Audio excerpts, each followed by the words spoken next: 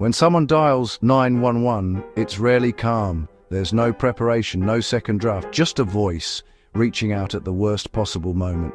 The following cases are real. Real calls, real people, and moments that were captured before anyone knew how the story would end. These are some of the darkest 911 calls ever recorded. 1. The Turpin House call, 2018. In January 2018, a 17-year-old girl escaped from her parents' home in Perris, California.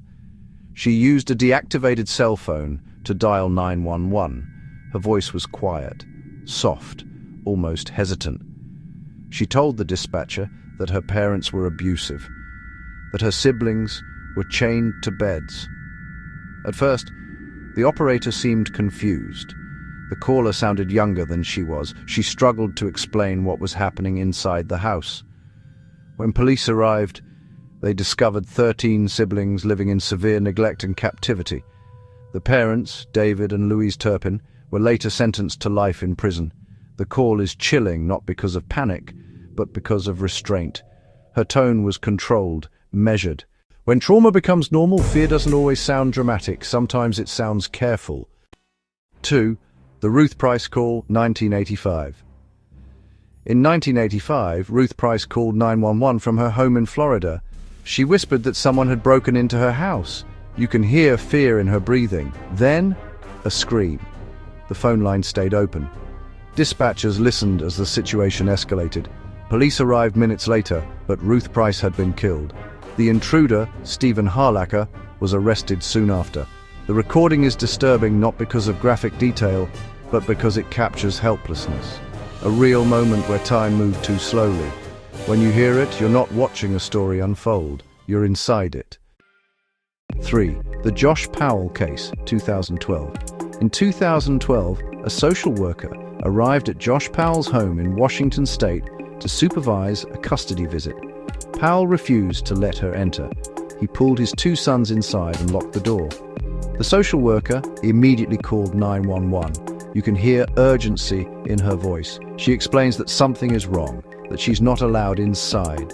The dispatcher asks questions, clarifications, address confirmations.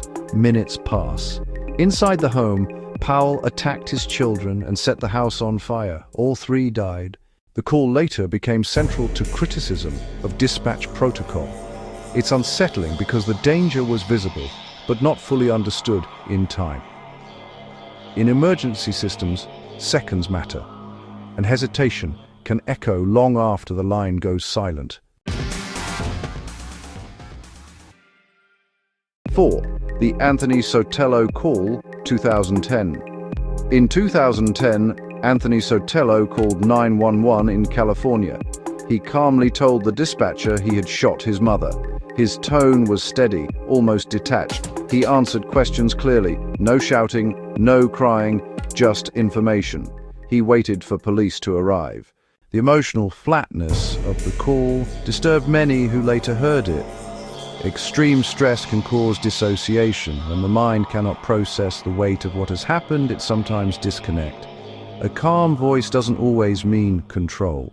Sometimes it means shock. 5. The Casey Anthony 911 call, 2008. In July 2008, Cindy Anthony called 911 to report that her granddaughter, Kaylee, had been missing for over a month. During the call, she says something that would later be replayed across the world.